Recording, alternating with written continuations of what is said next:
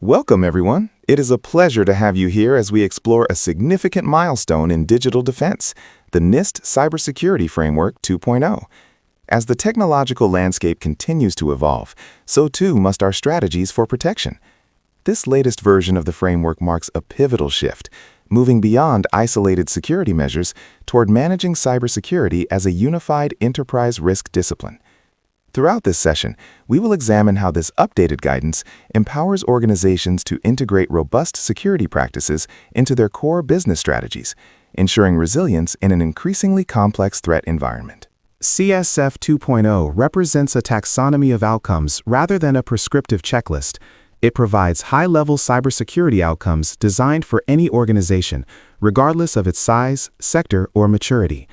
This approach empowers organizations to focus on three key areas.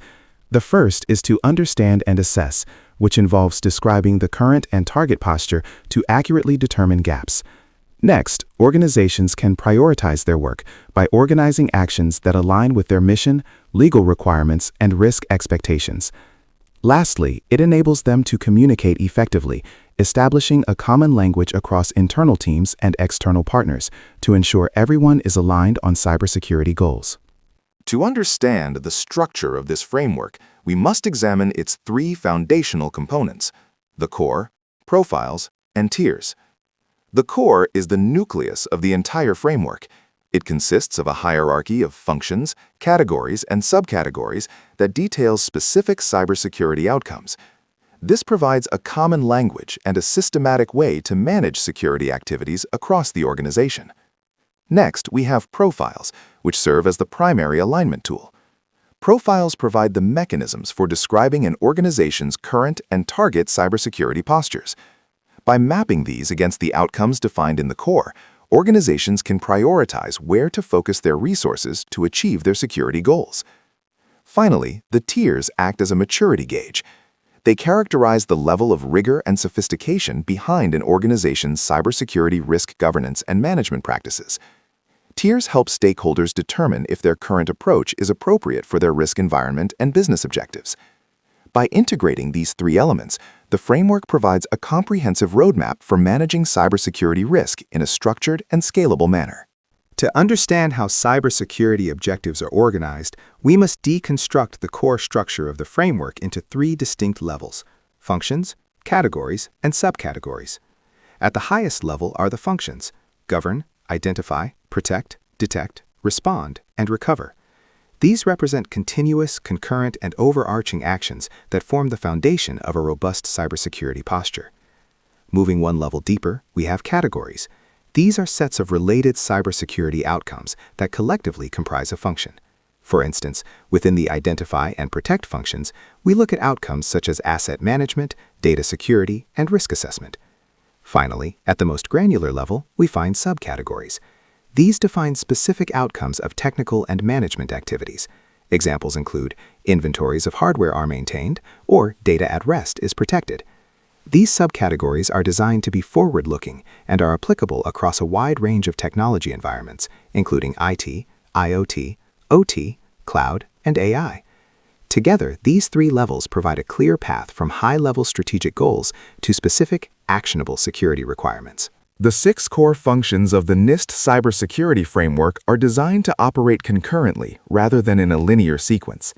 At the center of this model is govern, which serves as the foundational element. It informs and dictates how an organization implements and manages the other 5 functions. Surrounding the center is the ring of operational functions. Identify and protect are focused on prevention and preparation, establishing the baseline for security. Detect, respond, and recover are centered on discovering and managing active incidents. Together, these 6 functions happen continuously to ensure a resilient and adaptive cybersecurity posture. The govern function serves as the enterprise centerpiece, establishing the high-level strategy, expectations, and policies required to integrate cybersecurity into broader enterprise risk management. This function consists of 6 fundamental components. We begin with organizational context, which involves aligning our efforts with the organization's mission, stakeholder expectations, and legal requirements. This leads to the risk management strategy, where we define our risk tolerance, appetite, and prioritization frameworks. To ensure these strategies are executed, we define roles and responsibilities to foster accountability and a risk-aware culture. Policy then provides the necessary structure by establishing and enforcing rules based on the overarching strategy. Through oversight, we continuously evaluate performance to make informed adjustments to our approach. Finally, supply chain risk management, or C-Scrum, focuses on managing the unique risks presented by suppliers and third parties. By addressing these 6 areas, we ensure that cybersecurity is fully integrated into the governance of the entire enterprise. Proactive defense is centered on 2 fundamental pillars: identify and protect. The identify phase focuses on understanding our current risks, beginning with asset management to categorize all data, hardware, software, and personnel. We then conduct risk assessments to identify vulnerabilities and potential impacts, while prioritizing continuous improvement to keep our management processes sharp. The protect phase implements vital safeguards, starting with identity and access to manage authentication and access control. We invest in awareness and training to empower our workforce with specialized skills. Data and platform security ensures the confidentiality, integrity, and availability of our information assets. Lastly, infrastructure resilience secures our architectures against both environmental and logical threats, maintaining a robust defensive posture. Active incident management is built upon 3 critical pillars: detect, respond, and recover. We begin with the detection phase, which is focused on finding compromises as early as possible. This requires continuous monitoring of our networks and environments, combined with adverse event analysis to fully grasp the scope and impact of any potential threat. Once a compromise is identified, we move into the respond phase. This is where we take decisive action. Our efforts center on incident management and in-depth analysis to uncover root causes. Simultaneously, we implement incident mitigation strategies to contain and eradicate threats while ensuring all stakeholders are kept informed through regular reporting. Finally, the recover phase focuses on restoring normal operations. We execute comprehensive recovery plans to verify backups and restore systems to their secure state. Crucially, this stage also involves post-incident communication with both internal and external parties to provide transparency and maintain trust throughout the recovery process. Organizational profiles serve to tailor core outcomes to an organization's unique mission, threat landscape, and risk appetite. This framework allows us to map a strategic journey toward improved cybersecurity maturity. The process starts with the current profile. This identifies the outcomes an organization is presently achieving, providing a clear understanding of the existing state. Next, we integrate community profiles. These are published baselines designed to address the shared interests of specific sectors, technologies, or threat types. Utilizing these profiles allow organizations to leverage industry-standard practices and collaborative intelligence. Ultimately, this journey leads to the target profile. This profile defines the prioritized, desired outcomes necessary to meet an organization's specific risk management objectives. By contrasting the current profile with the target profile, organizations can pinpoint critical gaps and develop a prioritized roadmap for achieving their security goals. The 5-step profile implementation lifecycle provides a systematic framework for aligning cybersecurity activities with business requirements and risk tolerances. We begin at Step 1, scoping the profile, where we define high-level facts, establish core assumptions, and identify organizational boundaries to set a clear project foundation. Once the scope is defined, we move to Step 2 to gather information. This involves collecting critical internal documentation, such as existing policies, risk profiles, business impact analyses, and a catalog of current tools. In Step 3, we focus on creating the profile. This stage involves documenting the organization's current status while establishing specific target outcomes, often leveraging community baselines to ensure alignment with industry standards. Following this, we transition to Step 4 to analyze gaps. By identifying the distinct differences between the current and target states, we can develop a strategic and prioritized action plan to address vulnerabilities and improvements. The cycle concludes with Step 5, implement and update. During this phase, we execute the prioritized action plan, monitor progress against our goals, and update the profile continuously to reflect the evolving landscape. Because this is a life cycle, the process is designed to repeat, ensuring that the organization remains resilient and responsive to new challenges over time. The NIST Cybersecurity Framework implementation tiers provide a structured approach to measuring the maturity and rigor of an organization's governance practices. Starting at Tier 1, the partial level, risk management activities are typically ad hoc and irregular. At this stage, there is often limited awareness of supply chain risks and a lack of formalized processes. Moving to Tier 2, the risk-informed level, cybersecurity practices have received management approval but have not yet been established as comprehensive, organization-wide policies. While awareness is improved, the implementation remains inconsistent across the enterprise. Tier 3 represents a repeatable state. At this level, formal policies are firmly in place, and the organization utilizes consistent methods to respond to identified risks.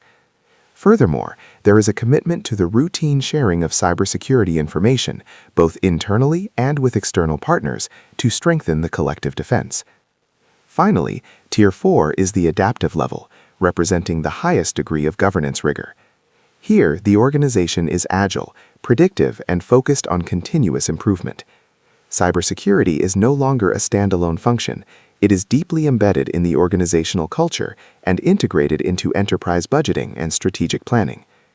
This progression illustrates how an organization evolves from reactive, isolated actions toward a proactive and fully integrated risk management ecosystem. The cybersecurity framework is supported by a dynamic toolkit consisting of an expanding and regularly updated suite of online tools. This resource ecosystem is designed to provide practical, actionable assistance through three primary components.